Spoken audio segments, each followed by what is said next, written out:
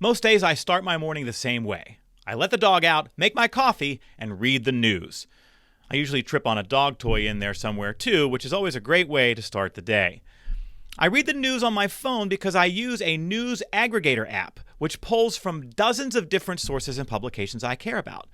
So for the last 12 months, nearly every day, I've read an article or 3 on burnout.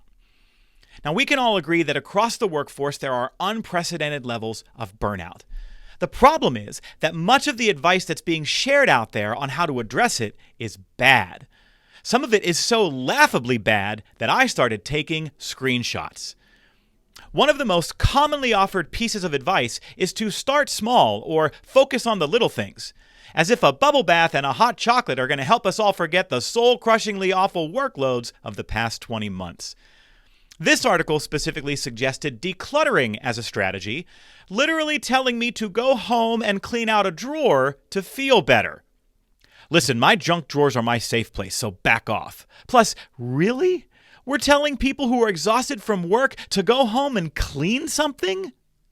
This article suggested creating mantras to counteract what you're feeling, and that we should look at the mirror, recognize the negative emotions you have, and combat them by saying the opposite out loud.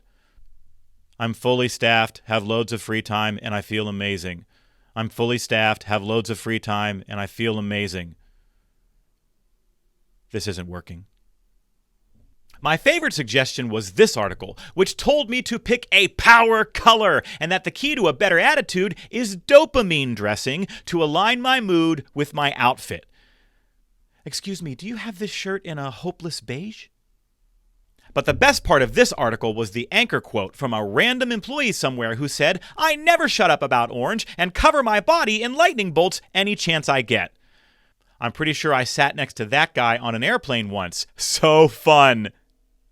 Of course, there is other well-intentioned advice out there that shows up a lot. Countless articles suggest journaling, doing community service, and meditation, for example, which all sound nice. But in the face of an epidemic of exhaustion, these ideas are nearly meaningless because they don't address the real problem. People are burned out at work because of all the work. This isn't rocket science, friends. Our long, slow climb back to mental health is going to turn entirely on whether our teams get less work and more time away.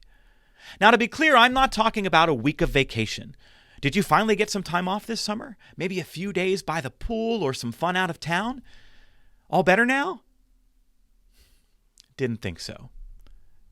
When people are experiencing a catastrophic level of tired, that doesn't get fixed by a few days off or a few minutes with the latest, greatest mindfulness app on your phone.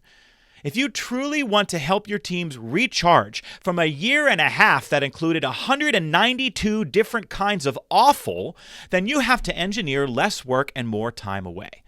How?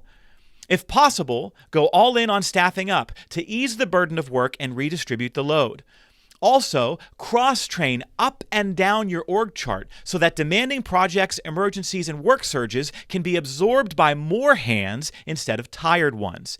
And yes, that means that your boss's boss's boss may have to answer the phone every once in a while or take an order from time to time. We also need to insist that people schedule time away from work every quarter. Pay them for that time, and then create systems that cover their work so they're not drowning on their first day back in the office. Oh, and when they're away, keep them away. Answering emails, taking calls, or popping in on a Zoom meeting from vacation isn't a vacation. That's just a very expensive commute, and nobody gets out of that what they need. Less work and more time off. That's it. That's the list. Make that a priority where you work, and you'll actually help your teams on the road to recovery. Now it's your turn. What awful advice about burnout have you seen? Tell me in the comments below.